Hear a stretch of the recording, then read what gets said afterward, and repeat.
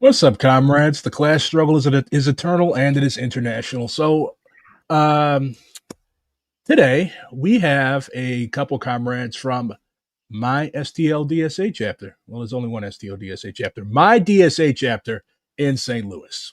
Both of these comrades, Josh and Frank, are on strike from Boeing. Josh is wearing a very lovely Luigi Mangione shirt. I'm wearing a hat that says Class War Veteran. And Josh, one of our comrade veterans, has assured me that this is not stolen valor. So I can wear the hat on straight. And we also have Comrade Frank. So why are Boeing workers on strike? Let's find out. Developing this morning, Boeing workers in St. Louis are now on strike. The union rejected the company's latest contract offer. Our Travis Cummings has been out at Boeing headquarters throughout the morning, hearing the very latest demands from the picket line. Yeah, we're here at Airport Road, just outside one of the entrances. I want to get your eyes on this corner here. This is where about 20 union members are gathered here, and we've seen this crowd grow throughout the morning. There's another entrance just down the street there, but now they're starting to get more visibility as people pass by, as this first shift of the day comes in, and as the traffic picks up. People have been honking their horns in support of the union workers. You just heard a horn there. So this is a very, very powerful movement so far this morning. We have talked to some people on the line, and we're going to show you what they had to say later on in TISA Plus this morning. But here's how we got here. The union says Boeing's latest offer didn't go far enough to protect long-term benefits and workers' quality of life. It's the company's second failed proposal in just 1 week. Here's what Dan Gillian from Boeing said in a statement, quote, "We're disappointed. Our employees rejected an offer that featured 40% average wage growth." One weird thing about like whenever unions go on strike for whatever reason, whether it be a political strike, you mostly see those in Europe, or a strike over a shitty contract or company fuckery. Like the bosses, the people that own these companies, or the people that are paid to speak on behalf of the people that own these companies, it's like these people are like walking teleprompters. Like, I don't even think this dude actually believed this shit. We're disappointed our employees rejected an offer that featured 40% average wage growth and resolved the primary issue on alternative work. Okay, if your people are out on strike, they're upset. They do not like what you are offering. And then you come back at them with bullshit, they're going to be even more upset. For example, the website of the IAM 837, the Union District in St. Louis. So y'all actually had negotiations today, and y'all rejected the shit they put on the table. Well, yesterday they didn't make another offer. They brought the leadership in, and the bargaining committee in, and spoke with them, but didn't make an offer. The bargaining committee released the text blast to everybody who signed up for the members, saying like that we're not really sure why they brought us in, because we thought they were going to give us an offer, but they didn't. They just talked to us, and I guess as long as they'll talk to us, we will continue to talk to them. So I don't know if that was like a publicity move, because we had our IAM president and some politicians visit the line recently and advocate that Boeing talk to the union. Maybe they could just had the meeting just to check a box and say, oh, technically we talked to them, but really there's no reason for them to talk to us if they're not going to give us another offer, or start negotiating for a new offer. But yeah, so the bargaining committee was even confused as to why the company did that. So I actually got yesterday I worked at the Union Hall, and I was there before and after the whole thing transpired, and it literally was just a way for them to go to the press and to the public and say that they are currently in talks. So it makes it sound like that they're working with us in good faith, when in reality they wasted our time. And I would point out that bullet point about 40% wage increases average. That is like the best case scenario for a select small group of people who all have to be on third shift. You have to be making less than a certain amount of dollars an hour. And that is assuming that you have good attendance for the next 4 years, and there's no traffic jams, snowstorms, tornadoes, thunderstorms, road construction that prevents you from getting to work on time for 4 years straight. If all of those stars align, then yes, you might get up to 40%. But over the course of the next 4 years, if you are late to work, more than maybe like twice, if you, depending on how late you are, if you are not on third shift, or if you're removed from third shift at any point, which the company can do that, uh, and if you make more than a certain amount to where you'll top out before you get to the end of the contract, then you will not make a 40% average wage increase. Uh, Anybody who's close or topped out now is going to get more like 12% for 4 years. So essentially 3% a year. So basically, it's a rat fuck all around. Like they dangle this carrot on a stick in front of you, but then, like you said, like if you say your mom has a stroke, you got to be in the hospital. Oh, we don't give a fuck.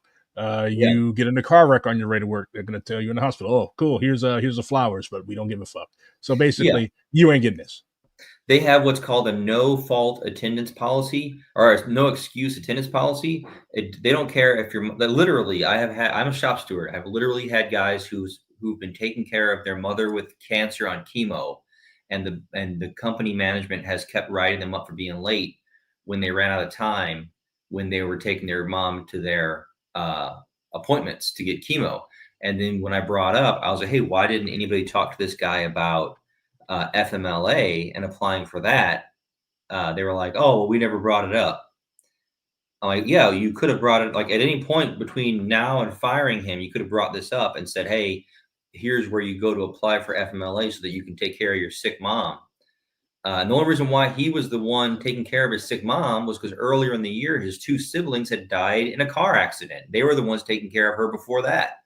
Jesus And Christ. his manager was steadily just writing him up. During COVID, I had multiple people who almost got fired because they were single parents and their kids' school would get shut down, and they'd be, oh, you had to leave early to go get your kid because of COVID shut down their school, breakout, shut down their class or whatever. Well, I hope you got the points to cover it. If not, we're writing you up.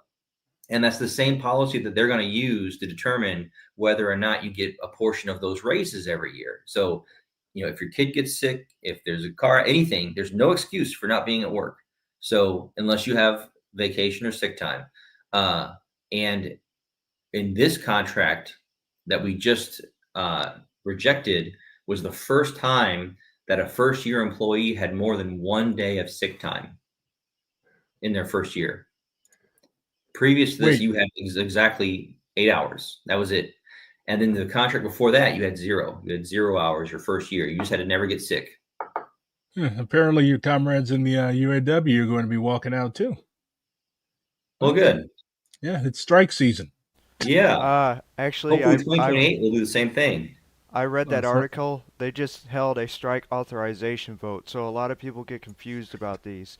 All strike authorization vote does is it allows the union to utilize the strike if they feel it's necessary. So something that a lot of people don't know is our legal system is purposefully designed to make things as difficult as possible on unions and union members. So this is another obstacle. There really is no reason for a strike authorization vote. It's just another barrier that they put in place. And I would guess the idea behind this originally was to instill fear among the union members to make them think, oh shit, we could be going on strike soon, right? But as long as they communicate well to their members, then they can let them know this vote is just effectively a procedural thing and nothing more. It's procedural. It allows you to free up funding for your strike fund. If you don't have a strike authorization vote, you don't get strike pay, or you don't get the funding for the strike pay. And it really is just an administrative check and balance to make it a little bit more difficult. Yeah, George Jackson, I see a YDSA member. So George Jackson said that, like the government has effectively legislated, like back in the day, like strikes basically used to be shooting wars. Yesterday was the anniversary of the Battle of Blair Mountain. And like what a lot of leftists, what a lot of communists don't understand is that like you cannot just you can do a wildcat strike, but you probably won't have a job for very long. Yeah. Like you cannot just unless you're like in a very small like with a lot of like we have precious few leftists in situations like that work in manufacturing. A lot of leftists that work at coffee shops. A lot of them are academics. A lot of Mhm. people like the nature of that type of work that a lot of comrades do is radically different. Like manufacturing, organizing, especially in companies that are heavily tied to the military-industrial complex.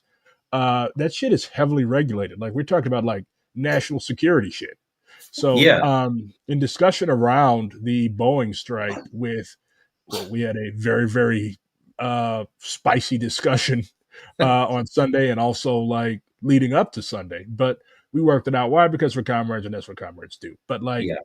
like a lot of people, they sit on the internet all day, like you mentioned on Sunday. Keyboard warriors. They've never been on strike. They've never been in union, but they're like, "Oh yeah, why don't you guys walk out immediately? Stop the war!" Like it's like there's levels to this shit. Y'all got what 3,200 members here, and Yes. a lot of So them. go ahead, Frank. Oh, I I actually didn't say anything, but Oh, I thought I I heard you will say something. I will add on to this anyway though. Uh yeah, this is true. I what Chris was referring to is correct. So if you wildcat, that is illegal. That is grounds for immediate termination. However, in the defense industry, it's actually worse than in other places because you can be charged for uh, I guess you could say interfering with national security interests, and that comes Treason, with sedition, Sabotage. It's that sabotage. right, sabotage. and You're that Don't they sabotaging execute? the U.S. defense industry. Don't they yeah, execute It people is a for that matter shit? of national security. you won't get executed, but you'll be put in prison for a long time and Yeah. fined a ridiculously high amount for it. Yeah, and Boeing managers will accuse our members and have accused our member of sabotage for breaking 2 of 60 rivets installed. A Yeah, guy and a had a lot of job on one of my departments.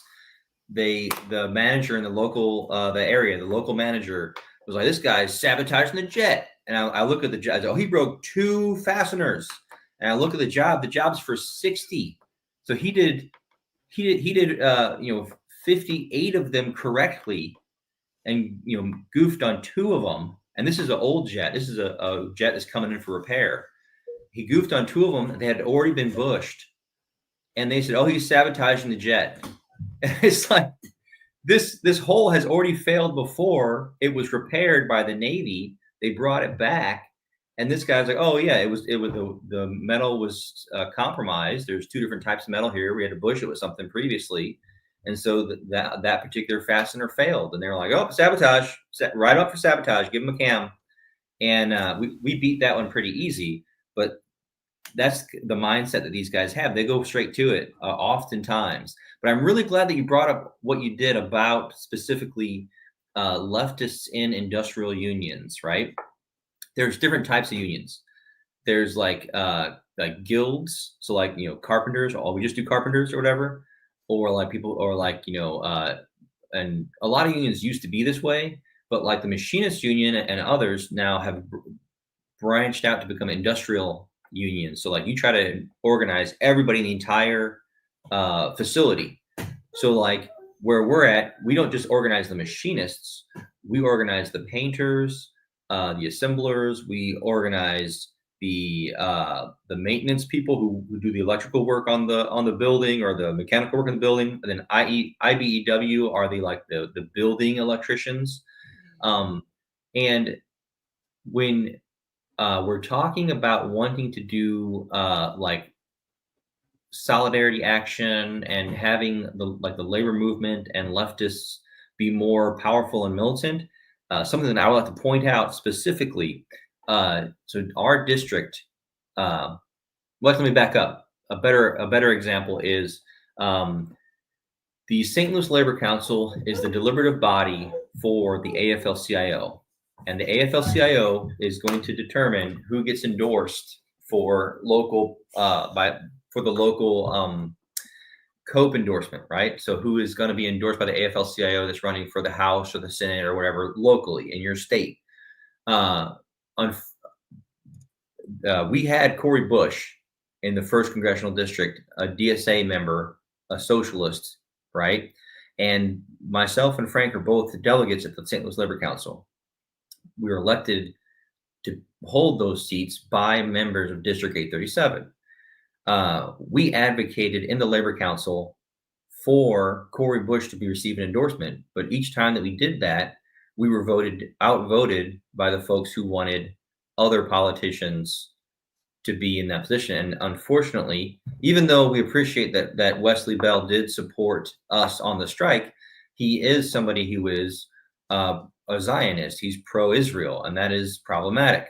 The man's a walking teleprompter. Zionist. What's that? I said the man's a walking teleprompter. He was at a church on the north side a couple days ago. Like he was like the man does not have an original thought in his head. Well, his thought is whatever they paid him to think. Yeah, he's an empty suit. So that being said, we were outvoted, right? Our district has 8 seats on the Labor Council. 3 of them are filled. 1 is kind of filled, but not really. So that means there's 5 seats that somebody could run for unopposed in our district. Any rank and file IAM member in good standing could run for. And then we would have potentially 7 DSA members or 7 leftists of any flavor on that Labor Council with a vote in the room, discussing, debating, being a part of the committee and all that to pick the candidate that we're going to endorse. This isn't just IAM. Like if you're a leftist and you're in SEIU or Carpenters or IBEW, like you can run to be represented on this Labor Council, so that hey, we're endorsing this DSA slate. I think you should as well, and then struggle and debate over it. Yes, okay. But Carpenters aren't on the Carpenters and Teamsters are not on the Labor Council, but IBEW definitely is. SEIU is, the post letter carriers, a bunch of others are, most of the building trades, and a lot of the more conservative leanings on the council comes from the delegates in the building trades. And they also tend to be older, they tend to be white, and they tend to not like people like Cori Bush for some reason. Because for one, she's a woman, and for 2, she's black, and for 3, they probably think she's a communist. Yes, but what they and I had this conversation with delegates many times, and and they always bring up her vote against the infrastructure bill, and that was very clearly documented that her and other progressive members of Congress said that if you split this bill so that Kyrsten Sinema and Joe Manchin can kill the more like not the more progressive bits, but the bits that were like social justice or social benefits that weren't like just jobs and money, then they would vote against the bill. They said that you had to keep it together, and that was their threat. And then the Biden administration, advocated for it to be split. The squad voted against it like they said they would, including Cori Bush. And that was in an effort to keep it together, to get those societal benefits that weren't just like jobs for sheet metal workers and concrete workers.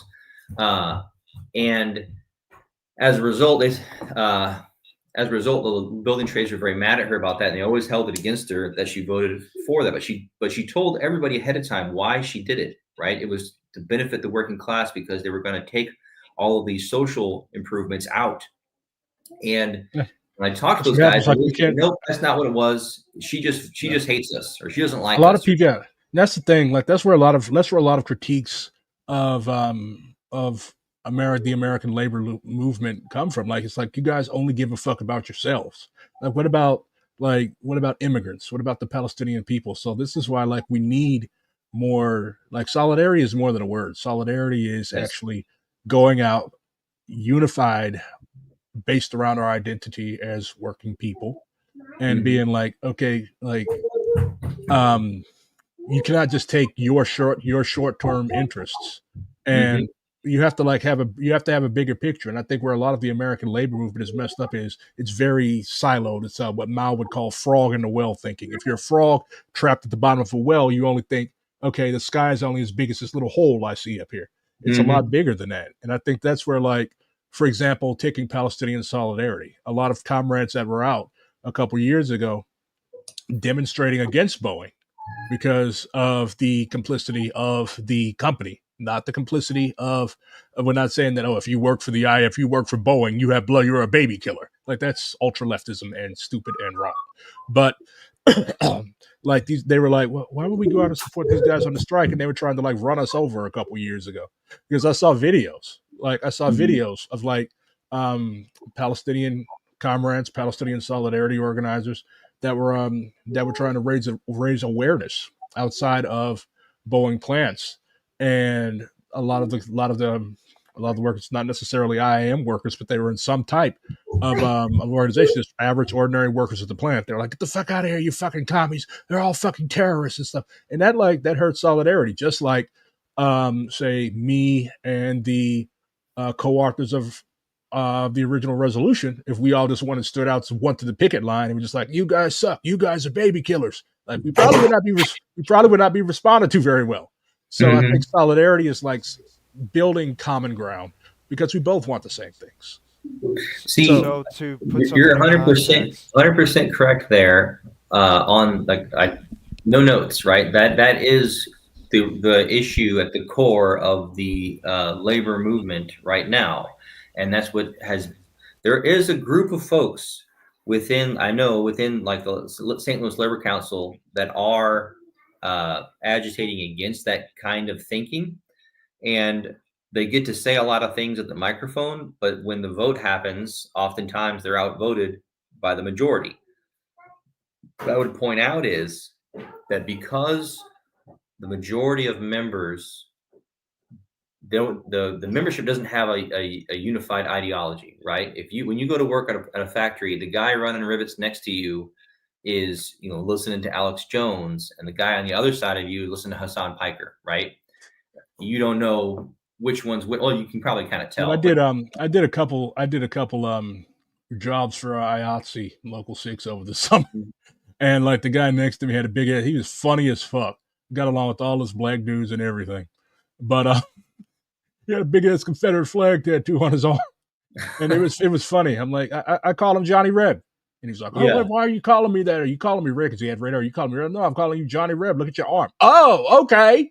But like, what was I going to do? Like, take the guy in the bathroom and beat the shit out of him? Like, I mean, it's still fucking First Amendment. People have the freedom of speech. Do I disagree with it? Of course not. The people have my fucking people under slavery. But at the same time, like, we've got a job to do. Yeah. I don't know why I got that fucking flag. And like, because there's this wide, just shotgun spread of ideologies, right? Like I pointed out earlier, there's 8 seats on the Labor Council that District 837 holds. 3 of them are filled. That means 5 out of the 8 seats nobody is in. You could run unopposed for. For our district political action committee, right? B Lodge, which has like 1,200-ish members, over 1,000 members, has 6 seats on the local political action committee. 1 of those seats is filled. And that's by me. That's by Frank. If left, and I am from talking to other people in the labor movement, from going to different conferences and summits and seminars and whatever else, and talking to different folks in like UAW and other places and other places in the IAM, it seems to be a similar kind of story across the board. You might have 1,000 members in your district, but there's like 30 people that run everything, and half the seats are empty. So if you are somebody who's on the left who's working in a coffee shop and you think like, oh, I can't go over there, I'll be ostracized or whatever. Like, no, you should definitely, if you're interested and you feel like you could do it, you should go get that, aircraft assembly certification and go apply at an aerospace that's organized with the IAM or with UAW or whoever, and then get involved in that union. I guarantee you there are multiple empty seats that have power within the labor movement that you could hold as a socialist. I'm reading a biography right now about William Whippensinger, who was the uh, president of the International Association of Machinists and Aerospace Workers, my union, from 1977 till 1988. I think it was about 10 Ew, years. the whole Reagan era. Yeah, and Carter too. A Eesh. big part of Carter too. And he was elected in 1977. There was over 1 million members in the IAM when he got elected.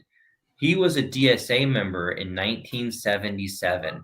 DSA hadn't even really been formed yet. It was a merger of two other groups, but he was a part of one of the. DFOC and NAM, yeah. Yeah, and so he actually gave a speech in the 1978 Grand Lodge Convention in front of like the 2,000 elected delegates for the IAM, which had plants in all across the U.S., Canada, and also in Mexico at the time. And it was in favor of socialism, right? And then when he built his cabinet and leadership, he put people in leadership positions and power within the third largest union in the country from his contacts at the DSA. Well, it was Okay. two different organizations that merged that became the DSA. He was a part of that, right? So fewer than 5,000 people total in the country at the time that were in the DSA, but he was one of them. And then when he got into that position of power, he's known as one of our most progressive or liberal presidents, and championed a lot of like social justice things and civil rights issues and a lot of stuff that the previous administrations before him were like, oh, we should just worry about people's pocketbook. We shouldn't worry about the civil rights movement. We shouldn't worry about all that stuff. That's not And relevant. speaking of that, that's why a lot of like black leftists, a lot of Latino leftists, like that's why they kind of look iffy at industrial unions, because they're like, oh man, these people were Jim Crow. Like I was actually reading a book about the gangster disciples in Chicago, and they literally broke up an AFL-CIO conference, like Jesse Jackson, Operation Push. A lot of those guys, if I recall correctly, I was like a really little kid, but like I think in '99, Jesse Jackson actually came here because like those jobs on the highway, those good union jobs on the highway, like black people weren't getting those. So like there's been like strife and contradiction between the black liberation movement and black workers and a lot of these older white dominated unions. And that's where a lot of black leftists get this, like, we know that union jobs are good. It's better to be in a union job than not to not be in a union job. You don't cross a picket line. Like we know that basic stuff, but like a lot of comrades, we kind of look askance at unions because we're like, oh, are we, especially like in industries like the defense industry, like you literally said, to do stuff like Palestine action in the UK does. And I think a lot of comrades, and look at these things that are taking place in Europe, and they're like, why can't we do that here? Because like the legal context is radically different. The United States is a fascist country. Like Yeah. it's literally the Yeah, original. I wanna Go ahead, speak on Frank. this too. Oh, poor So, Frank. Yeah, Frank. We have, but let's Frank speak it all. Come on, okay, Frank. so I'm sorry. this is the this is something that I see a lot. I've been spending I started working at Boeing back in 2012, and I got involved with our union in 2013, and I've been behind this movement to radically change the politics within our union leadership, and I've been facing pushback on this ever since I actually started getting success in my objective. Josh Arnold is one of the people that I recruited. The there's this there's this mindset that people have that I see something, I don't like it, so I'm just going to ignore it or not pursue it. So a union is a very democratic organization.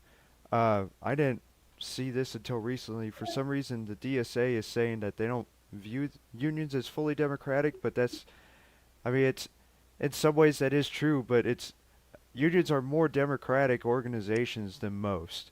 Uh, the thing with Ours specifically is yes, particularly democratically run. right. Every single one of our positions in leadership are voted on. In a lot of unions, you just vote for the president and then he appoints from there down. But so the way you the way you uh, cause change in a union is to get a job for a company within that union and then get yourself actively involved. This is a very common situation across the country where only about 2 to 3% of union members are actually interested in getting involved with leadership of their own union, and it doesn't matter the political alignments of the union.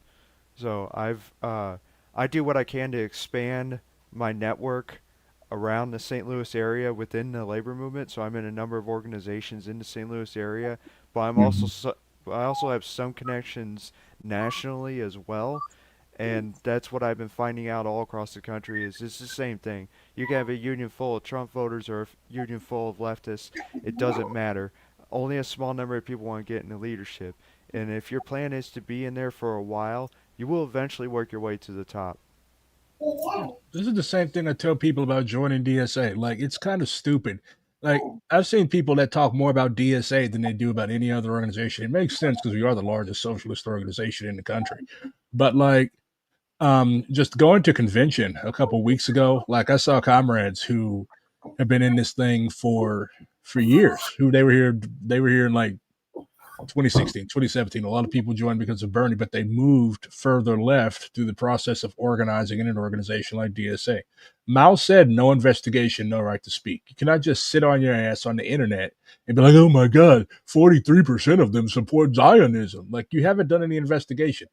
If 43% of DSA were Zionists, then like they would have shown themselves to me. But like, we literally had people that were chanting death, death to the IOF at DSA convention. Like, it's insane. The same thing goes for unions. Like, you comrades have both explained in great detail how if you don't like the way that a union is conducting its business, or and you work in that industry, like, you need to get involved. Don't just be lazy. Oh my God, they're complicit with American imperialism. Okay, if your union is complicit with American imperialism, what does complaining do? Make it not complicit. Like, you have that power. You have Mm-hmm. that power. Like you've literally mentioned, these are democratic organizations. You can get elected delegate to national conference. You can get elected to your local labor council. Why would you just sit and complain and whine? Like, that doesn't do anything. It doesn't do the Palestinians any good. It doesn't do you any good. It doesn't do your fellow union workers any good. It doesn't help anybody. If I can expand on that real quick, just to kind of paint a picture, right? Real quick. Well, not real quick. I'm going to try to do it as fast as I can. But so you've got the local labor council. We've got 8 seats. 5 of them are basically not filled. Anybody could be. You would run unopposed. So unless somebody ran against you, you would just get it automatically, right? So there's 5 seats that get a vote for, and that's a political action committee.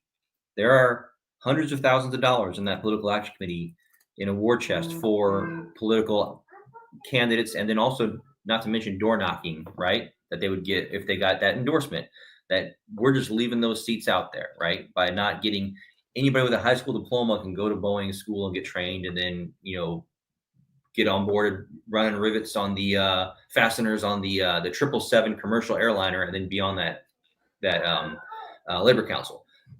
Besides that, we've got 2 executive board seats on North County Labor Club. North County Labor Club concerns themselves with North Carolina labor politics. So the mayor of Hazelwood, the mayor of Florissant, Blackjack, the city councils for them, their school boards. If there was a DSA candidate who's going to run for one of those spots, which I think is likely, we eventually will get someone in North Carolina to do those types of things. That's 2 people that are a part of the interview process to get them the resources and funding and stuff like that to get those people elected and get their political career started. We also have seats on Illinois State Council Machinists and Missouri State Council Machinists, which are state political action committees that support statewide candidates for the IAM. Those seats are up for grabs too. Those political action committees that have money and resources and organizing power behind them to get behind candidates. And then you've got the district itself has its own internal political action committee. And this is something that we're getting down to really nitty gritty stuff here. The district by itself, just our members, right? In terms of fundraising, we raise about roughly $80,000 by my estimation, right? We every year, we raise about 60 some odd $1,000 for Guide Dogs of America. And every year we raise about maybe $10,000 or $12,000 for our local political action committee. And then we maybe $4,000 or $5,000 on top of that for the Machinist Nonpartisan Political League, right? So in the ballpark of $70,000-$80,000 every year, right? Our priority clearly is Guide Dogs of America. Um, the the That's what the district does with its charitable donations and things at this time. If leadership were to change and the emphasis would change from Guide Dogs of America to local political action, right? Instead, that fundraising potential still exists, and that money could be directed towards the next, DSA endorsed candidate running for, to challenge, some local politician that's doing things we don't like. Maybe a Zionist candidate of some kind or whatever, that an anti-Zionist candidate to run against the Zionist candidate of some kind. Uh, uh, that's all the local power that the district has. And that's while the membership is largely asleep and we have participation rates in like 10% levels, right? So uh, I've always said, and when I try to get, as I often do, I try to get DSA members and other like leftist types to work at Boeing and get into my union and participate, is we're a sleeping giant, right? You're talking about, we have a lot of power locally for the eastern half of the state. We could have a lot of influence on these things if we just did it. If we just did the thing. You mentioned the book that you're reading about Wimpy Singer, I think his name is. Yeah, they just call him Wimpy. It's William Whippensinger, but they just call him Wimpy as his nickname. That is definitely the most Midwestern German name I've ever heard. But here's another book by John Melrod. It's called Fighting Times. I actually interviewed him, but I think you comrades might find it useful. But just a little blurb on the back. It says that organizing on the front lines of the class war, Fighting Times, recounts a 13-year journey of John Melrod to harness working class militancy and jumpstart a revolution on the shop floor of American motors. As he faces termination, dodges the FBI, outwits collaborators in the UAW, and becomes a central figure in a lawsuit against the rank and file newsletter Fighting Time. So this guy, he organized a lot of Vietnam War vets. This was during the Vietnam era. And he was a lot more radical. I don't know if you've studied DRUM, the Detroit Revolutionary Union movement.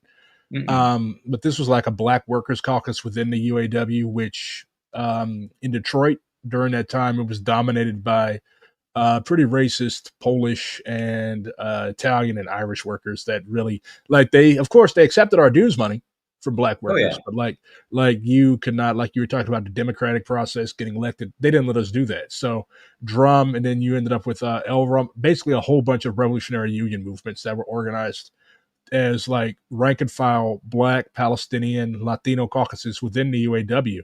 And of course, most of these comrades were communists. But I think a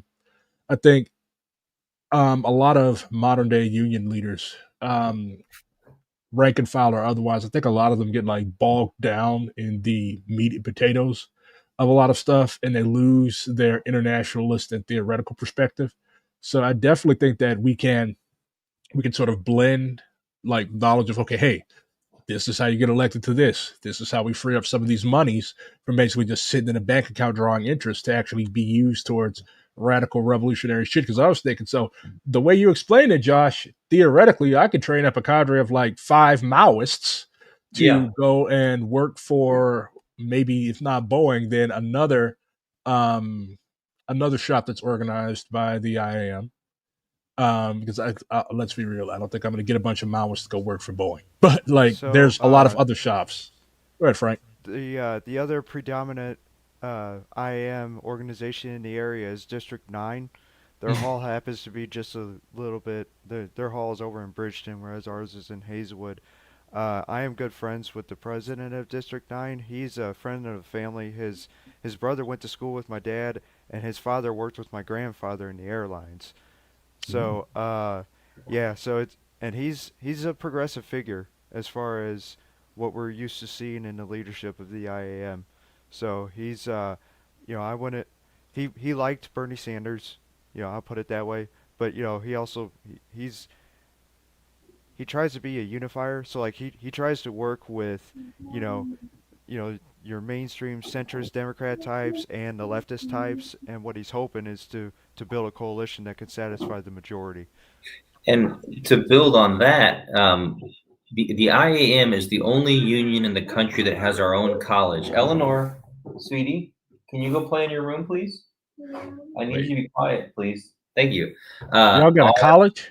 We have our own colleges, and it's in Maryland. It's the Whippensinger Center, and it's if you get elected to like president or something, your local lodge, we have like leadership 1, 2, and 3. We've got like there's a finance course or an accounting course. There's like a bunch of different like educational opportunities at that college. They'll send you there for like political education, and you'll get to talk to the actual Washington D.C. IAM lobbyists about like what's going on in D.C. and what programs they're working on, all that stuff.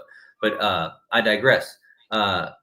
Through doing those things, I've met a lot of because District 9 has a lot more locals than we do. We have 2 locals. District 9 has got, I think, like dozens of locals. So I've met some of the local presidents there. They're a lot more leftist friendly, I'll say, than ours is, because a lot of them are like auto mechanics, auto dealerships, things like that. Whereas we're all defense. We're all a lot of us are former military who got out of the Navy or the Air Force or the Marines, and then we went and got a job at a defense contractor. Hold on. The comrade demands the floor. Hold on just a second. I have a giant spider that my 3-year-old is terrified of. Oh. Okay, well, I can take over while he's gone. So, but airline workers are also in District 9, and they do any service industry type jobs. So, like, it's I'm not familiar with everything that they do, but yeah, it is a large union. So IAM District 837, which is us, we are only Boeing. We have roughly 3,200 members. District 9, I believe, has 9,000 members in the St. Louis area. And this is not defense. So, like, okay, say Right. say say a Palestinian comrade wants to get into this industry, but he does not want to work for Boeing for political reasons. Right. So he could join the other lodge, I believe it's called, and not work any defense stuff. Right. So, Okay. I wanna add this too. So we just had our Grand Lodge convention, and it was the last, as that term goes, Grand Lodge. So we struck the word lodge out of how we identify our organizations now. Hey, y'all sound like Freemasons. So now it used to have the International Lodge or the Grand Lodge. Now they just call it the International. And then from there, I'm going to explain the hierarchy. So it starts at the International, and then from there it went to the tree splits off. On one side you have a local lodge of the International because they're too small to have their own district. So that could be like, for example, an auto dealership that only has 20 workers in it. So now they just call that a local. Or you could be something larger like us. We work at Boeing. We got 3,200. So we have a district lodge, but now they call it a district. And then below that is the local of the district. It used to be called the local lodge of the district. So hopefully that makes sense to you all. So in our situation, we have the International, and then you have District 837, and then below District 837, you now have local lodge, or local 837A and local 837B. There used to be a C, there used to be a D, there used to be an E, there used to be an F, and there used to be 387. So we have shrunk a lot from how we used to be. We hit our peak back in the late 70s when we had over 22,000 union members working at McDonnell Douglas. So, and you could blame the losses on outsourcing, technology, and just corporate greed. Yeah. So, a lot of comrades have been asking. I mean, we had a whole. When y'all join okay, here's the thing. For y'all watching this, when you join DSA, you're gonna have a lot of meetings, and you better learn how to write a resolution. We spent like an hour arguing over a fucking amendment, which passed. I was kind of salty the night of, but like, just thinking of it now, like, we now have a political orientation to this strike, like, because the purpose when I drafted that resolution, which is titled, if I recall correctly, for anti-imperialist orientation to the labor movement, like it was like, look, like this contradiction is going to come up eventually. with Palestinian comrades, Palestinian solidarity comrades like myself, and another one of the uh, co-signers who was literally arrested at WashU. Like WashU students are trying to get divestment from Boeing. So our goal should be like to ensure that these two movements do not clash, but rather how can they complement each other? Because labor needs a Palestinian solidarity movement, and the Palestinian solidarity movement needs labor. Like if, like Comrade Josh said the other night, if we're serious about stopping this shit from going to Israel, as all three of us are, like nobody wants to be complicit in killing little kids and old people and wiping out an entire ethnicity of folks, right? So, um, a lot of people in the Palestinian solidarity movement, like they have this analysis, like you have to organize labor. Like we passed a resolution at our convention, which prioritizes organizing labor for an arms embargo. Because as the major producer of this shit that's going over there, the only way we could stop this shit from going over there is at the source. So I believe Josh used the term "turn off the tap." Like I don't work for Boeing. I'm probably never going to work for Boeing, but the comrades who are already there, who work there, like you can just be like, you know what, we can get creative, and like that's happened in the past.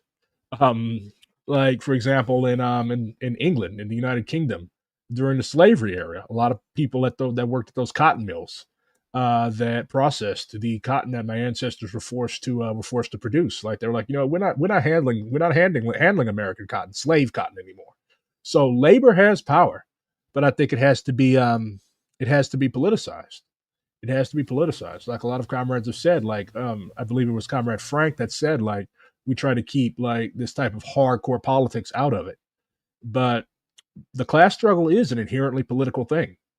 Like it's not just about a better contract. Like it has to be like we have to realize that we are the people who should shape the continued destiny of humankind, because these capitalists, the people that own these corporations, the people that own the corporations that make these things, that force y'all to make these things, because I'm pretty sure y'all don't want to be making this shit. But Yeah, like so uh, this is the thing that people need to realize. So uh, this is the point that I tried to make during the meeting also. We need to do everything we can to make sure this work stays in union hands and that this work stays in our hands, because here's what we can do. Our contract says that every worker must be trained. Okay? So since every worker must be trained, yeah, we can't stop the work because that is illegal. However, if we have the right people in there, they could just read the process every time before they perform the work, drastically slowing down the production of the work. yeah, And there is nothing the company can do to stop us from doing that, because yeah, if they were to try to penalize us, we would immediately jump on them and say, the contract says that every worker must be trained, so they got to read up on their process specs to be trained. yeah. And the thing is, like, this is America. Like, if they put y'all out the factory, if they're like, you know what, fuck y'all, get the fuck out of here. We're firing all you fuckers. Like, this is America. Like, they will replace y'all with prison labor, who will literally be forced to do these things. If I recall correctly, certain aspects of the defense industry do use prison labor.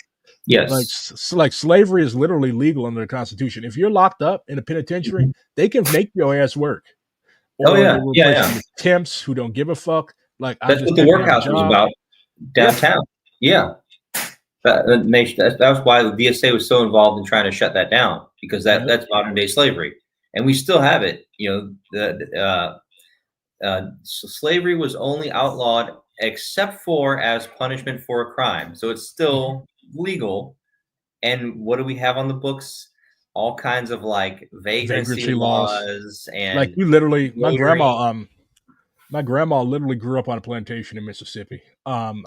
I haven't visited there, but I've been seeing pictures of it. Like I asked her, like, Grandma, why did you drop out of high school? And like the plantation owner like said, okay, she can't go to school no more. She's got to get to the field. And like they did that. She couldn't go to college because they would have put her mom in debt to the plantation owner. So like, and after the slavery ended, they would literally like, because a lot of black people, we were happy, we were free, we want to go see some of the country. If you walk through the next county over in fucking Alabama or Mississippi or Georgia, they would literally, what the fuck are you doing here? Come here. They would lock you up. They would put you on a chain gang. You see those old movies of guys in the blue and black and white stripes? Yeah, you like they literally brought us over here to be farm labor. to be the original proletariat of this country. Like, black people were brought here to work. This country has no use for black people who do not work. So yeah, and then you stretch it out. It's multiracial now. Like, you look at what they're doing to our Latino brothers and sisters. They either want them as forced labor or they want them out of the country. So that's why it's so important for these various movements to organize workers who currently are not organized, or to actually um, to blend all these social movements together. Like during the 2020 George Floyd uprising, you literally had truck drivers who were helping to block the streets for protests. Like, that's the shit that we need happening. Yes. During the Biden administration, when we had the Palestinian camps and things, the pro-Palestinian solidarity college campuses, there were Teamster bus drivers that refused to drive the arrested campers or occupants to the police station. So that the opposite also happens. It's just a matter of for the proletariat there, the people that are doing the work have to have the education and the knowledge of like right and wrong and like their role in the situation. It can happen, and it does, and has in history, where when you get a large group of working people, class conscious, they suddenly are much more willing to find ways to technically not break the law, but also, not do the immoral act or just refuse to do the thing they're supposed to do. Like, before we had the laws that we have now on the books, UAW shop stewards used to carry whistles with them. And if a shop steward blew that whistle, you stopped work. So they could do the work stoppages on a as quickly as the shop steward could blow a whistle until an issue was resolved with somebody's discipline or treatment on the plant, on the shop floor, from the first line manager. Those work stoppages are illegal now. If I, as a shop steward, advocate for a work stoppage, that's a violation of labor law, right? I can't do that anymore because it was not Glass-Steagall, it was Taft-Hartley. Yes, that's what I was going to say. Taft-Hartley passed after World War II. It was 1947. It's the Taft-Hartley Act of 1947. I encourage everybody to look that up. A Missouri native, Mr. Truman, signed that into law. Truman was by the labor movement at the time, specifically because of how toxic it was to the labor movement. Among other things, it was broad-reaching. Among other things, at the time, the United Mine Workers of America, they owned like over 40%, I think, of Peabody Energy. They were about to their pension fund owned like 40% of Peabody Energy. They were about to own their boss, and that was one of the things that got their pension fund was about to own their boss. The same Peabody that's based here in St. Louis? Yeah. And we almost had a fucking UMW collective. Holy shit. Yeah, and that was one of the reasons why they passed that, was because like, we can't have these guys. Now you can't own the union can't own the company, right? Now after unless I'm mistaken, I believe it was Taft-Hartley that changed that. And if you go to Mount Olive, Illinois, not too much further east of where I live, there is the Miners Cemetery and the Mother Jones Memorial. And every year they have a commemoration of there was a battle at Mount Olive between striking union workers, miners, and the basically like Pinkerton hired detectives over bringing in outside work to break the strike. And several, I think 7 mine workers were killed. And then, yes, that's the place. And then afterwards, Mother Jones said she wanted to be buried with her miners. It was a huge deal at the time. And actually, I believe the ceremony is coming up. When they have the ceremony, they have like a procession of all these people that carry like the flags of the different groups or whatever, and they march field trip. What's that? DSA field trip. Yeah, I'm saying it. I went out to it a couple of years ago, and it was very moving It's not a huge event. Like thousands of people don't show up. Like maybe like 100 people show up or so. But it's very moving when you hear the stories about the workers and how it all went That's down. something And it you've was a intrigued me. company town at the time. So the workers that got killed in the gun battle with the company henchmen, basically, they were exhumed from their graves and displayed in the street as like punishment for standing up against Jesus, the that sounds company. like a lynching.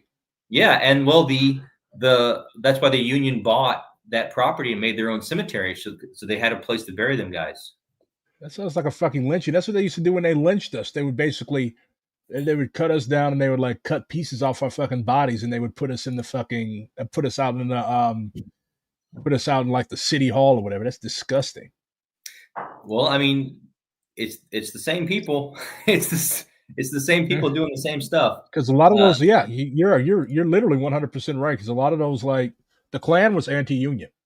Like the Klan would literally like if they before the Tulsa massacre, there were IWW organizers that were working in Tulsa, and they literally drove those guys out to the middle of nowhere and tarred and feathered them. So yeah, the Klan were scabs and the Union busters. Mm-hmm. Add booby trap my grave to my will. Oof, Jesus. Yeah, okay, Chin Shiwon. So going back to this strike, like what like because the first thing that a lot of like people who are not familiar with how unions work, like my dad was texting me. He actually stays up in Hazelwood. He's like, what the fuck are they on strike for? Aren't these guys really well paid? And like, so the thing is, like, people ask, like, what do y'all want off the strike? So as far as us being really well paid, when I got hired in 2014 at St. Hold on just a second. I have a 3-year-old. You want more milk? Okay, I'll hold on to this. So when I got hired in 2014, the starting wage for my job was $11 an hour. Helping to build $40+ million fighter jets paid you $11 an hour. Okay. So I also worked 2 other jobs part-time on the weekends and evenings in order to like survive so that eventually I would make those, lofty union wages that at the time top out pay for my pay grade was $28 an hour. So if I stayed on that contract and we had kept that same wage progression and scale, I would have topped out at $28 an hour. The last contract we did bumped that up and now top out for us. If you're there for 18 years, you will make $48 an hour, no, $45 an hour if you're there for 18 years. I have not been there for 18 years. We also bumped up our starting rate to $17 an hour for my job classification. So if somebody just got hired yesterday, they can make $17 an hour. If they were hired in 1999, they could be at $45 an hour doing the same job. In the contract we had, Eleanor, please be quiet, bug. Okay. She is hilarious. She wants what she wants. You want water? I was gonna say I can jump in. Oh, Frank, you go ahead. I'm gonna give her some water. Okay, You're good, Josh. I'm in a completely different scenario than Josh is because I started in 2012, which was under the old pay scale, and under the old pay scale, I started out at $23 an hour, and I went up to the top in 10 years, and now I'm making a little bit less than $50 an hour, but I'm in tooling. So tooling, in order to get that job, you got to go to school for 2 years. I have an associate's degree in machine tool technology, so think tool and die making, CNC machinist, if you're familiar with those types of trades. Now, this is where I run into problems trying to explain this to people because they hear my wage and they think, oh my God, look at all this money that he's making. If you compare what I make with others in my industry under a similar skill set, the minimum right now is $57 an hour. Jesus Christ.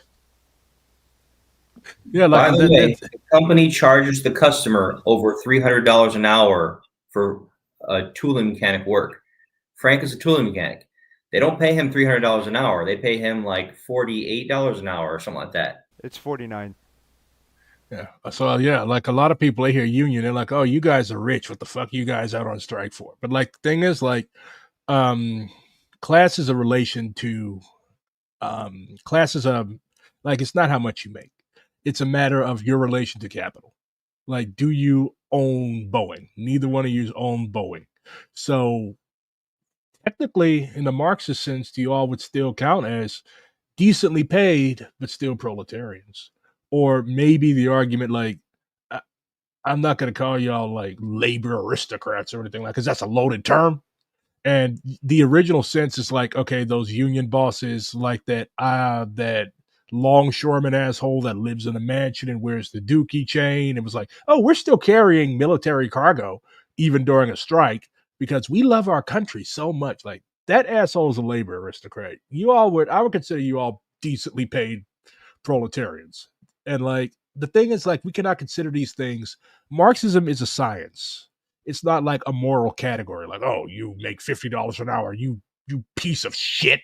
Like that's not, for one, that's not how you get people. Like, why would you do that? Like a lot of people that just use Marxist ideology, that just use our science as an excuse to be dicks to people and be like, no, our goal is all three of us are here because we want a better world. What that world looks like, that's a matter of contention. But like It's none of us are here because we enjoy it's screwing other people honestly over. it's honestly people with the conservative mindset that have a problem with the wages that we make.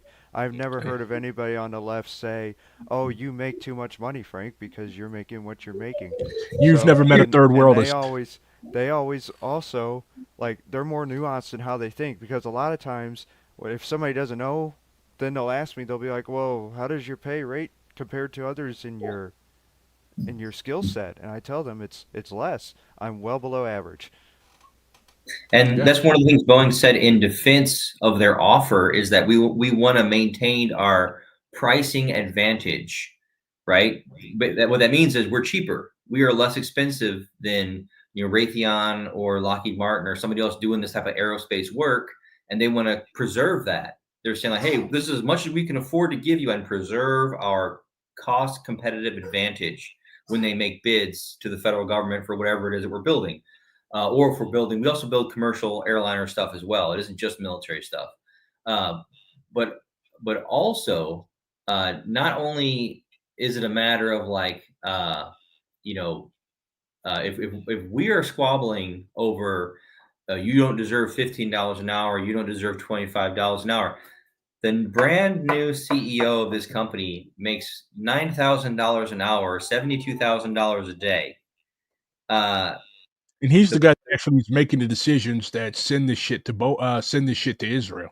Him and Yeah, his and he's the Stroh. one who's and then the person I don't know what the current guy makes, but the You're person who giving y'all giving him too bargained our much last credit. contract from the company side, they made $2,500 uh a day, I think it was. They made it So was 2000. Hey, Frank is I wanna jump in here. The CEO of the company, he doesn't really do anything other than speak on behalf of the company. He hires people to do work and makes it look like that he actually does the work. So wow. I guarantee you that a worker on the line turning a wrench does more work in a day than our CEO that makes $23 million a year. Well, Yeah. according to Forbes magazine, they did a anonymous survey of I forget how many CEOs. This is years ago, and they asked them, "What does your normal work week look like?" And the average, anonymous self-reporting CEO said, "Our average work week is about 28 hours." That was the average. But then they're looking at us like, "Why don't you guys do overtime? Why don't you guys do 60 hours? Why don't you guys do 80 hours? Come on, what's the deal? You guys are all lazy." Parasites. They're You know? parasites. They live off of y'all. Like Yeah. who makes Well, it $28 million a year? I tell our members all the time because remember, our members are just like a random grab bag of political ideologies from across the St. Louis area. They don't have a Marxist perspective or a Maoist perspective or a Leninist perspective. They have either a Fox News perspective or an MSNBC perspective or a I don't care, I play Pokemon perspective. And they will say Oh, that's a things. nice way to shit on our Zoomer comrades. Oh, no, I mean nothing against Pokemon. It's just that like they're absorbed with some sort of pop culture as opposed to politics, right? And Yeah. so uh, Our union is predominantly young. That's another thing now too. Really? It I is did not know now. that. Yes. now it Yes. is. When I got hired in, everybody was 60 or older in 2014, but all those guys are gone now. It used to be when I would go through the plant, I'd jump on the little golf cart and I'd go down and get some parts or something. And I would drive past all these workstations. And it was like I had KC 95 in 360-degree stereo everywhere I went. And then, and they looked like the guys who were listening to those songs when they were in high school, right? They were all like in their 60s and 50s. And I Now, imagine you got to when I know drive, you have an encyclopedic knowledge of Def Leppard, Led Zeppelin, and fucking Supertramp. but now when I go through the plant, there's a lot more young people, there's a lot more women, there's a lot more people of color. And then when I Now drive you're getting through, I hear encyclopedic hip knowledge of hop, drill I music. hear pop, I hear some like modern rock, I hear all kinds, and I also hear KC 95 because the old guys are still around. They're just not everybody anymore. Frank, do you listen to KC 95? Yes, actually, I do. Well, okay. I listen to 89.9 college radio's best. Okay. How was I able to just mark Frank as a KC 95 listener? I have no idea. Maybe because I grew up in St. Louis. Yeah. A Anyway, lot of young people, even in my generation, I'm 41. A lot of people that teenagers, when I was a teenager, were listening to KC 95, and I was always looking at them like, you realize that's your dad's music, right? Like, or your dad's music, really.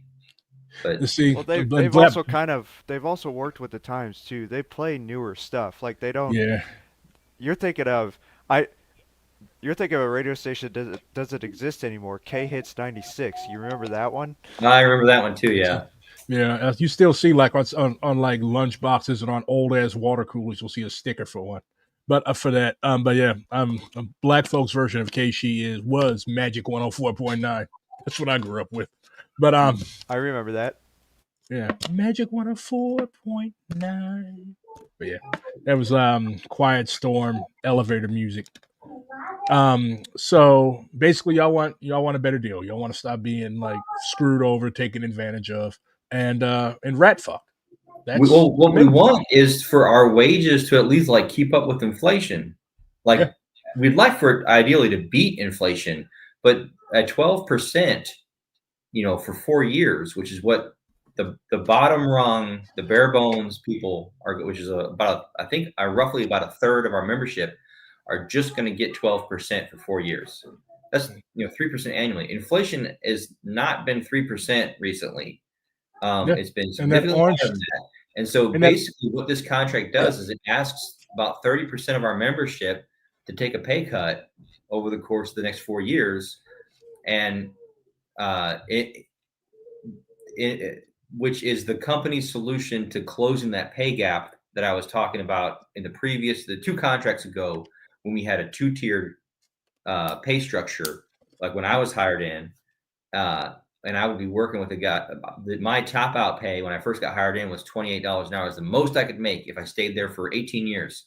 And the guy that I was working with, the training me how to do the job, he was over there making like $30-something an hour, $38 an hour, $37 an hour. And he's like, I can't believe these stupid kids coming in here taking a job for $15 an hour. What idiots.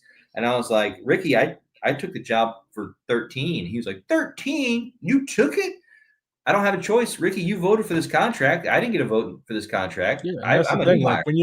when you're the new guy, that is basically like you got to work your way up to those higher things. The same thing in any union. Like the older guys, the KC guys, those are the ones that get the good money. Meantime, like the pension too. Yeah, like meantime, you're a new guy. Like you're not making no fucking $50-$60 an hour. And like, especially if it's like a hiring hall job, like all the good shit, the plum shit goes to the guys who've been there. You got to take a big hit. I do see as maybe I'm being overly optimistic, but we do surveys before we have a contract negotiation. They do surveys of the membership. We say, hey, what do you want? What is your top 5 priorities? You want a pay raise? You want retirement? You want to fight for the pension back? What do you want? And one of the top 5 things was they wanted a higher starting wage. And all of our elected leaders in the district, not all of them, but many of them are retired. And some of them looked very disparagingly on that selection, saying like, what do you care what the guy coming in the door gets paid? That shouldn't matter to you. Why don't you care about Yeah. what you're getting paid? Stop Right. pocket watching. And yeah, he refers to them as the unborn. You guys care so much for the unborn. You're also worried about them getting vacation time and them getting good starting pay. What about your pay? And I'm like, what about the fact that we want all of us to do well? And just because I experienced having to work full time at this job and then also work 2 part-time jobs to make ends meet while I was doing that, doesn't mean that the guy behind me should have to do the same thing. It's If a I can unique. make Yeah, it better for them coming in where they can just do this 140-hour-a-week job when they first get hired and not have to go do security at the UMB Bank Pavilion and then also drive for Lyft or something just to try to Americans survive. have a Americans have a crab in the bucket mentality. It's like, you know what, Yes. I have I to wa- suffer. I have to suffer. I want you to suffer. I don't want you doing better than me. And it even transitions to like non-union stuff like race relations. As a dialectical materialist, we know that everything is interconnected. Like Mhm. literally white people in this country will vote against stuff that would help them because they think that'll make black people suffer. Like Well, that's that's how why like we what lost our I social want to safety net I want to add a yeah, because when they perspective on realized this that you that's guys what have been Reagan was talking talking about about. with the welfare queen. Frank. Yeah, Frank I want has to add I want to add a Go ahead, Frank. perspective on this onto what Josh was saying earlier. So as somebody from the top, uh, on the last contract there was a pay freeze for 8 years at the top of the wage scale. So this is the one from 2014 to 2022, and now on this offer in 2025 that they gave to us, they're going to freeze wages again for 2 years at the top of the scale. Yeah. And we, as a union, view that as unacceptable. The thing is, the company thought they were going to get away with that because only 25% of us are there. Now, those that are left with a pension, that's actually less than 10% of us. So Yeah. what they did back in 2010, they passed a contract offer that made it to where on January 1st, 2012, there would no longer be a pension for new hires. They almost went on strike on that one actually when they thought they were going to when they originally presented that offer to that membership. The International actually went to them and said, do not do this to the unborn. Josh used the term unborn earlier. That is something that all unions use to describe people who will get this job someday. And they voted something like 80% to strike the first time around, but then the second time around when they went on that offer, they ended up passing it. So something that we have in our contract that we cannot get removed, that we have tried every single time, it's called a 7-day cool-off period. So this 7-day cool-off period, the way it works is on the last day of the contract, you vote whether or not you're going to strike. If you do vote to strike, then you go back to work for 7 days, and in that 7-day period, the company will reach out to the bargaining committee and sweeten the offer a little bit, and then hope that the union actually votes on it. So in the past, because of that 99-day strike back in 1996, a lot of union members, after experiencing how that strike went, were very reluctant, and so they were always willing to accept less than what they were worth. And now that we have a totally different membership, they're going about it a different way. So my hope is that at the end of this strike, that psychologically, so many people aren't so scarred that they aren't willing to fight again. But this is this is a very important issue for us, and I'm glad that Chris is doing this interview because one of the things that we need to promote is help on the strike line. Uh, I'm gonna roll into something else here. So before we even went on strike, this was something that I started the last time around because it looked like we were gonna go on strike, but in the end we didn't. I have my own food drive that I put together. It is a self-initiated project. The union has nothing to do with this, except they deliver the food and administer it to the members. Uh, Hopefully after this interview, anybody that's in the St. Louis area, if they want to get involved, they can contact Chris, and Chris can let me know, and then I can put you in with the volunteer list, and I can guide you to the closest food pantry. I'm working on this with a few others. I actually have a meeting with them tonight over it with my logistics team, and we're gonna try to make it to where we can handle a larger number of donors. So, Yeah, and it's like when y'all on strike, like y'all don't really get like all that. Like y'all can't get food stamps if you're on strike from a union. So your food, if exactly. you, yeah, So and like the way this works, because we live in a red state with a Republican governor and a Republican Congress, and unfortunately we have a Republican government like all the way through. We aren't going to get any support at all. The way they look at it is we walked off the job, so we don't qualify for any assistance yeah, that people get that aren't working. Back Missouri is so fucked up that this governor Mike Kehoe, he literally okay. So we voted to like for paid sick leave, like unilateral across the state. This fucker, he sat in the governor's mansion. He literally vetoed the will. Because Missouri is weird. Like we voted for abortion, we voted for paid sick leave. Like relatively, like our stuff like that, we're pretty progressive. We're still a red state, but like I would say that, especially as more people move to the cities, and even in rural areas, like people aren't stupid. Like the Dollar General cashier in Springfield is not going to vote against their class interests. So like this asshole literally vetoed the will of the Missouri of the people of Missouri. Like, you know what? You fucking peasants don't need sick leave. Fuck y'all. So yeah, I'm sorry, Frank, but I just had to bring that up because you Yeah, mentioned no, it. that's good because I was actually very involved in that effort. There's an organization around here. It's called Jobs with Justice, and I'm sure I'm pretty sure it's a nationwide organization, but they're very prominent in St. Louis. St. Louis is known for its union accolades. As far as other cities go, I've never heard of a more pro-union city than St. Louis. Earlier was mentioned about labor clubs. St. Louis, there's only one in Kansas City. St. Louis in the metropolitan area, there's 9 labor clubs. They don't exist anywhere else in the country. Uh, Labor clubs were created as a way because back before Citizens United, when you had donor limits, they created these organizations as a way to get donations into the hands of political candidates who were pro-union.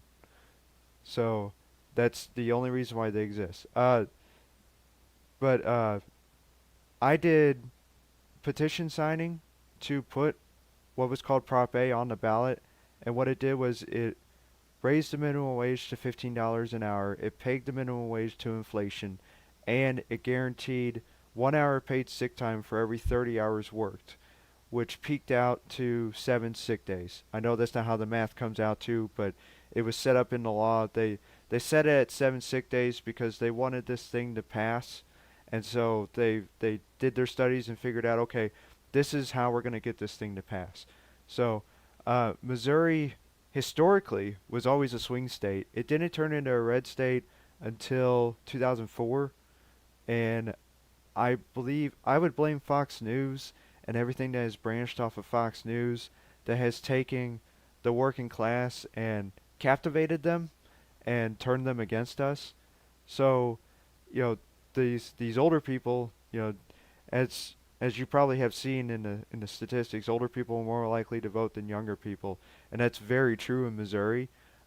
Older people, they still have these values locked in their head, but for whatever reason, they don't view Democrats as the party as of the working people anymore. So whenever we put these issues on the ballot separately, they get passed. Yeah, So and there's a we also Democrats. There's a Democrats have rat fucked the working class. Like they, both of these parties are controlled by the rich. And like you yes, see, that yeah. is So true. yeah, that's why we need Yeah, another. That's why we need a socialist party. I have had Yes. this. Yeah, 100%. Like the Democratic Party is not the party of the working class. They are their own like corporatist party. We have two corporate parties. One is like a fascist corporate party, and the other one's like just a regular rank and file neoliberal corporate party. And then AKA a fascist party. yes, and then in the Democratic Party, there is a block of individuals like previously Cory Bush, but now you got like Ilhan Omar, Rashida Tlaib Squad, people like that. Bernie Sanders, folks that have like some class solidarity and some consciousness around what they're doing, but most of them, the vast majority, are like Pete Buttigieg, kind of like talking heads that, you know, they've got their like what they think has Pete been. Buttigieg is an insult to me as a gay man. I hate him. I mean, it is just people think it's like left versus right. We don't have a left party in this country. We have Not two yet. capitalist parties. Not yet. Watch this space. Yeah, hopefully we will. DSA is making big moves. Hopefully we will. And I mean, we in 1977 we had fewer than 5,000 members. Now we've got over 80,000 nationwide. We are the biggest socialist organization in the country, and one of the things that I comment the most on the media and things that I consume on like YouTube and whatnot is DSAUSA.org. A better world is possible if we build it together. Like the algorithm probably thinks I'm a bot because I post that so much on so many things, and people are talking about issues, and I'm like, yeah, this is an issue the DSA tries to address this way, that way, and then, you know, I'm just trying to get that out there, you know. Yep. This is actually, I think this is probably the first STL-DSA stream that I've ever done, and I really enjoyed it. Like, one thing that I've been trying to prioritize is like more local shit. Like, I can sit here and I can talk about stuff that's happening in Africa or Palestine, and that stuff still needs to be like, people still need to know about that stuff. That's why, like, I'm constantly bombarding our chapter Slack with stuff.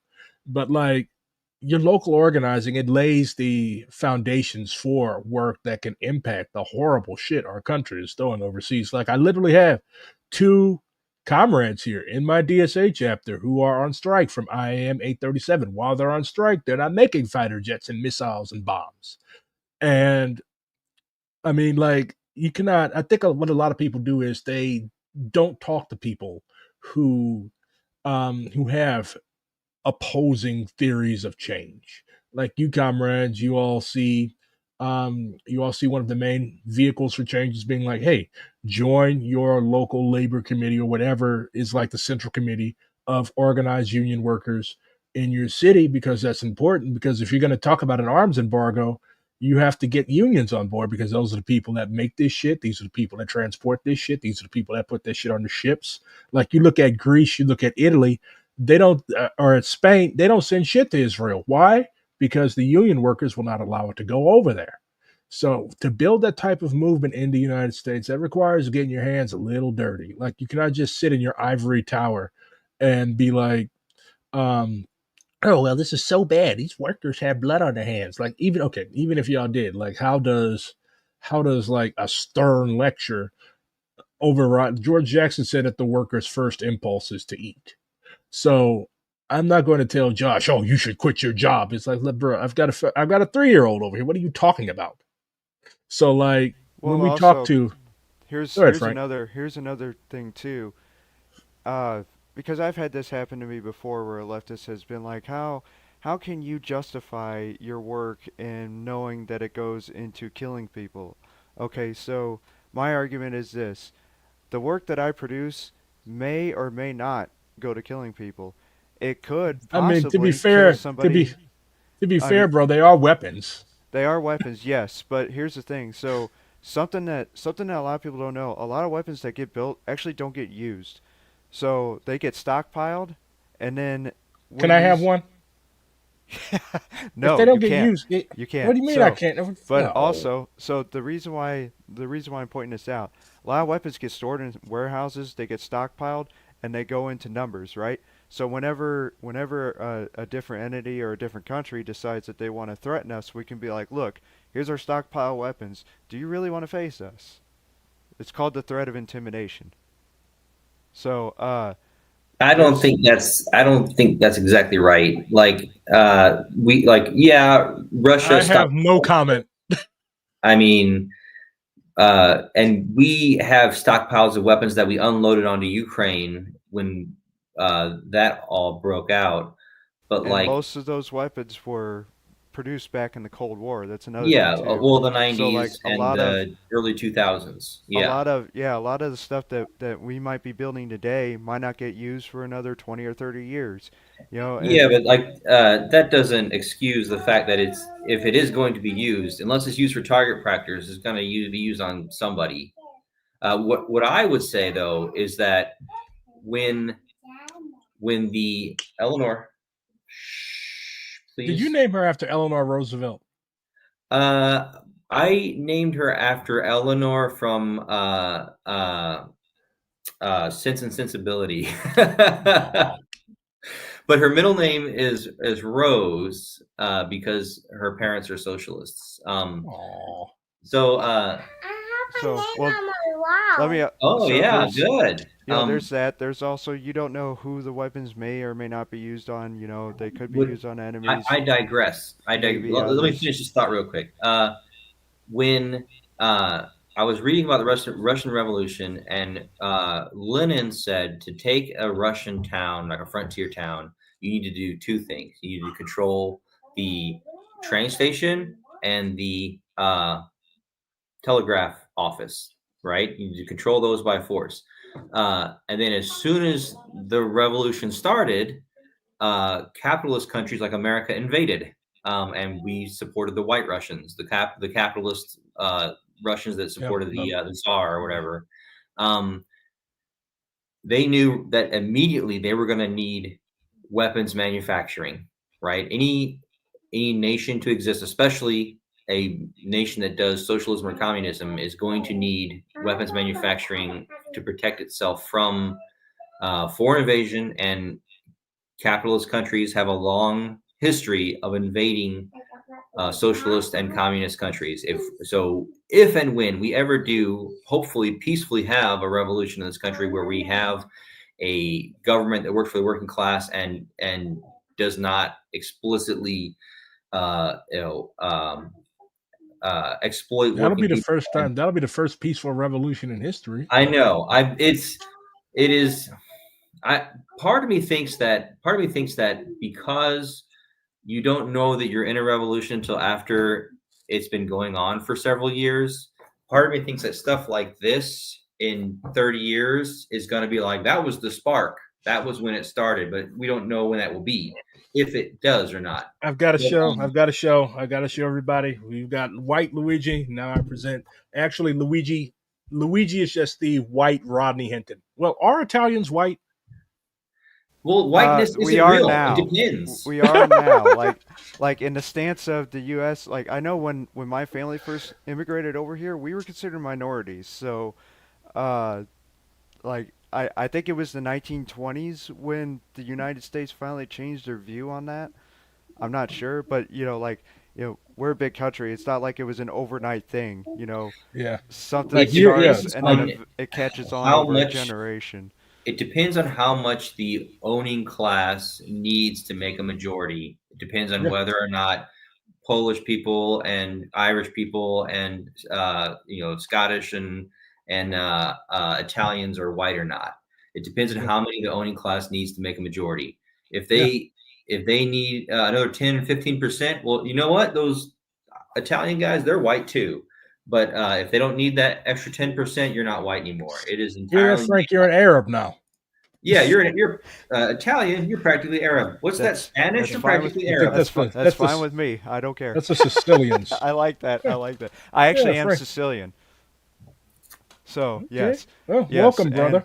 yeah. So and then but to lead on to what I was saying earlier. So the most important reason why I don't quit my job, other than the financial security it provides me, is if I do, then likely my job will be replaced by a Trump voter, and that would like that. I don't like that idea. Yeah, you want somebody that'll like that at least has that like if people come outside and start demonstrating on behalf of Palestinian people, I trust Frank and I trust Josh to not try to run us the fuck over. Whereas a Trump supporter will literally get out the car and shoot at you. When they were out there, I was driving by in and out of the buildings because I do a lot of deliveries and like logistics stuff.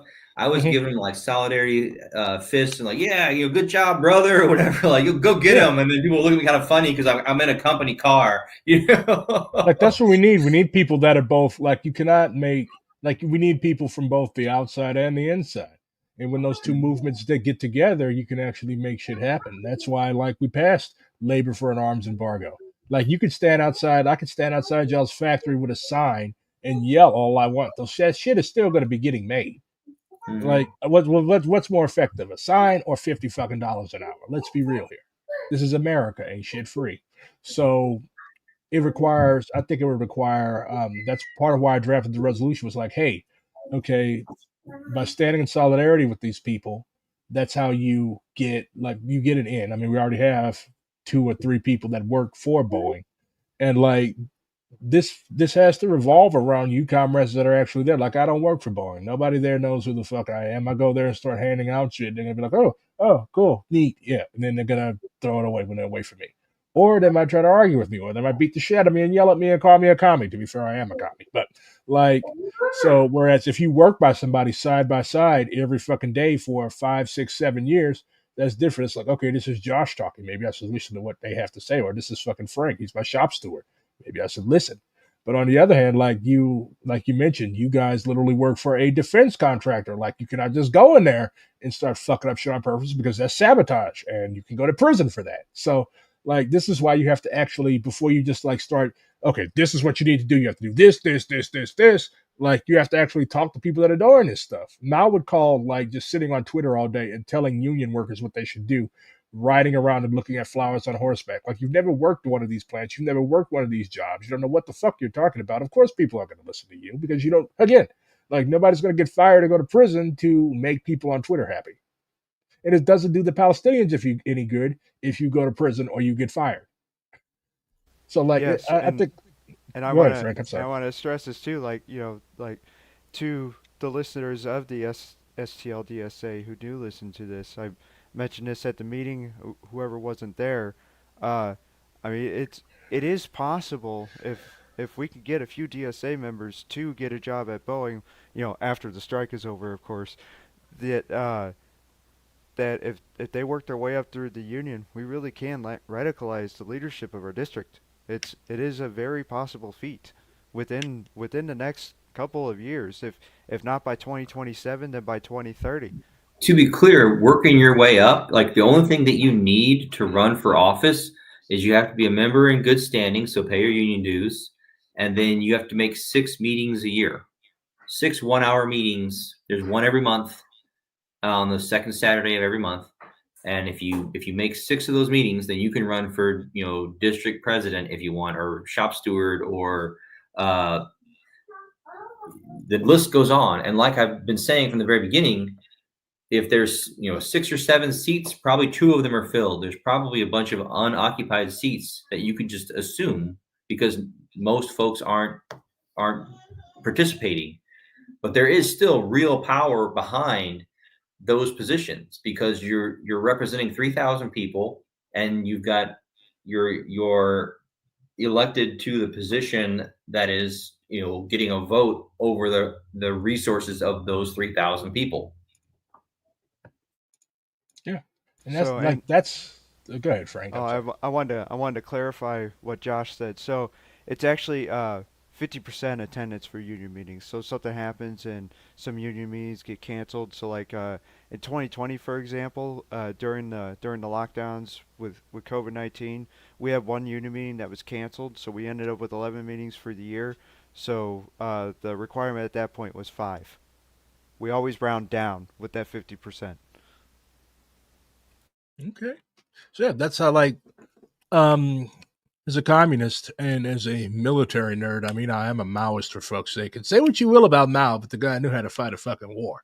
Um, Power does not derive from running your mouth. Power derives from actually, like, getting in a position. Huey P. Newton of the Black Panther Party defined power as the ability to define a phenomenon and make it act in the desired manner. So if you do not like the way, like, say, I don't know, you got yelled at by a union worker when you were out protesting for Palestine, like, yelling back, sure, it's cathartic. And I think that's what a lot of leftists seek. They seek catharsis. They seek, oh my God, I'm a good person. I'm not complicit, even though I live in the same exact imperial core like everybody else. My grapes are picked by the same screwed over migrant workers, everybody else. Like, a lot of people, they embrace. Am I a third worldist? I think some aspects of it, are compelling, but also a lot of people, especially a lot of white people that embrace that stuff, they're trying to deal and wrestle with their own internal mind fuck complicity and their own cognitive dissonance. Because honestly, by paying taxes in this country, all of us are guilty. All of us are complicit. I don't see anybody doing any type of Henry David Thoreau tax strikes. So, like, apparently it's not fucking with you that much. But to make actual change, comrades Josh and Frank, and I've been like, we've been struggling over this for like 2 or 3 weeks, but like, you have to actually be at the table. You have to actually be at the table. You have to actually be presenting these radical, and let's be real, like, a lot of people fetishize unions. No, Frank told me a few months ago, like, bro, these people are like basically Trump supporters, some of them. Like, you have former military here. You go in there shouting death, death, death to America, they're going to beat the fuck out of you. So you go there burning American flags, they're going to beat the fuck out of you.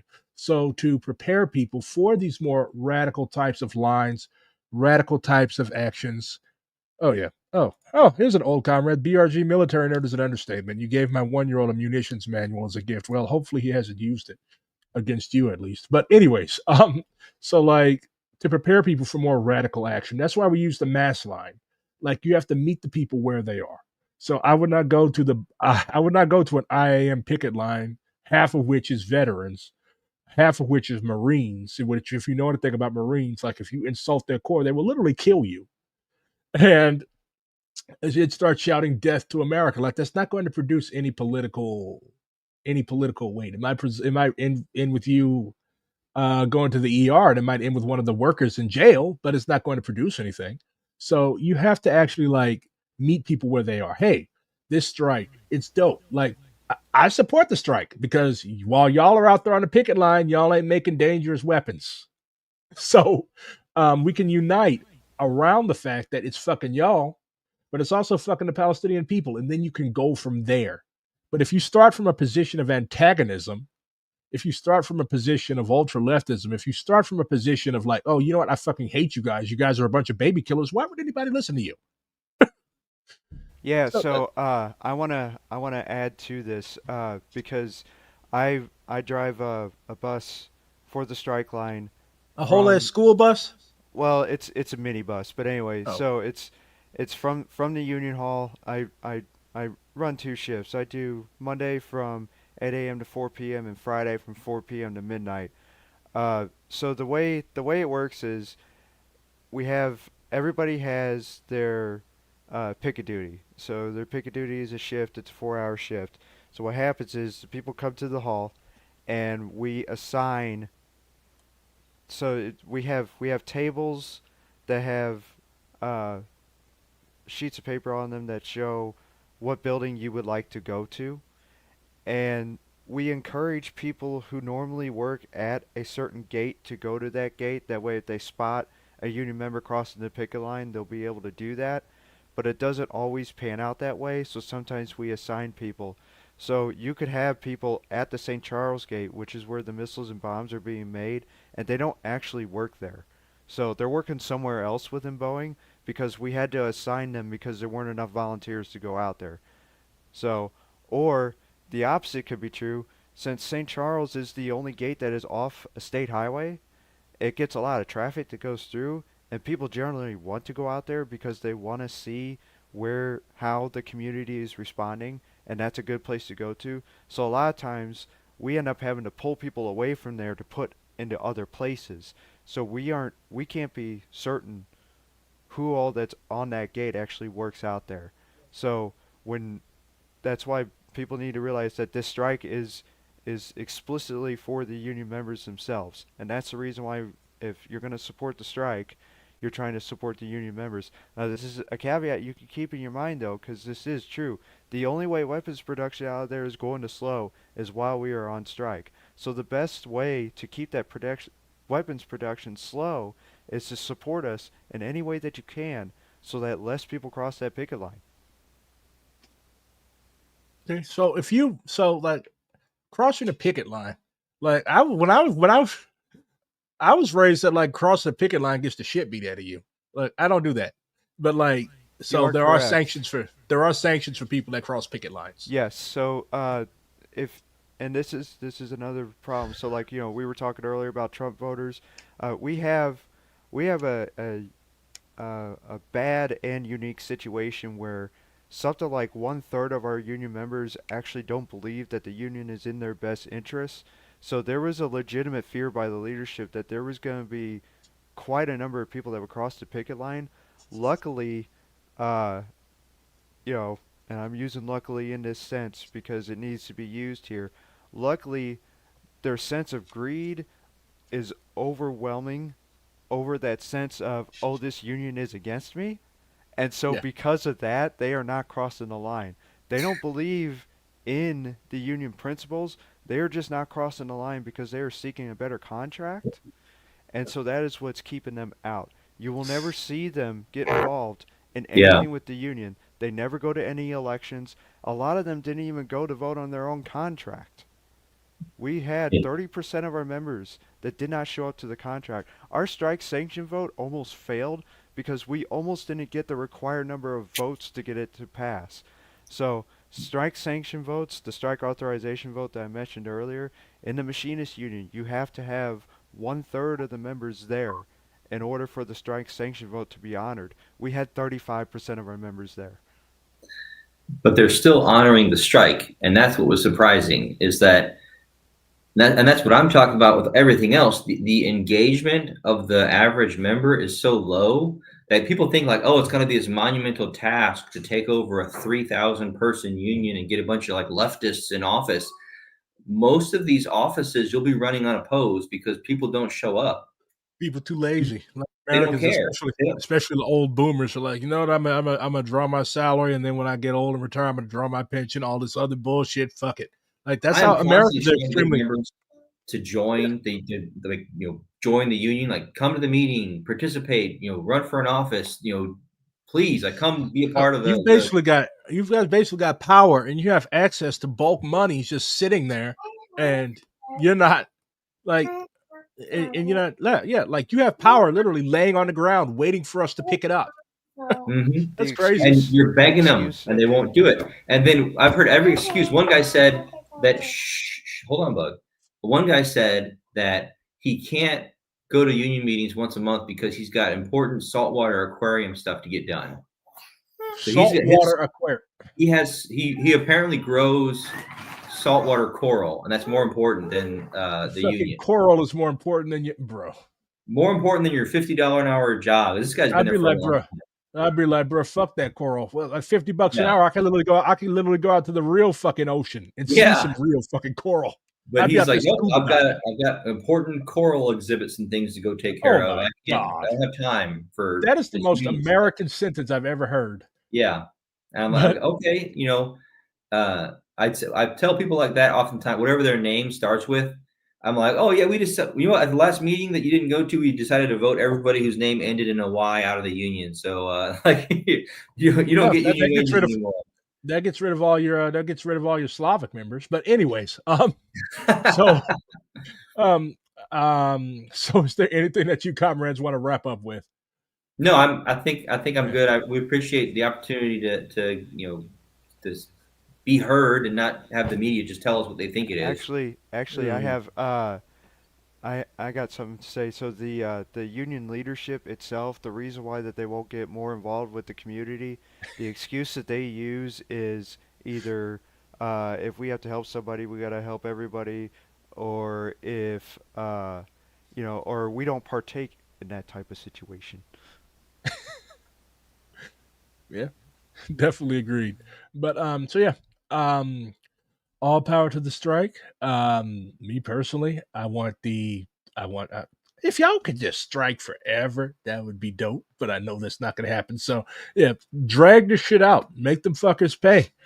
Um, and yeah, that's pretty much it. So join STL-DSA so you can hang out with comrades like Josh and Frank and myself and make some shit happen. And if you have the ability to get involved in your union, if you're a member of one or if you're joining one, like do it. Like I was surprised. Like I did not know. Like bro, like you're an idiot if you just leave power just sitting around, seats unfilled for what? Do your job, organize, make revolution. All power to the people.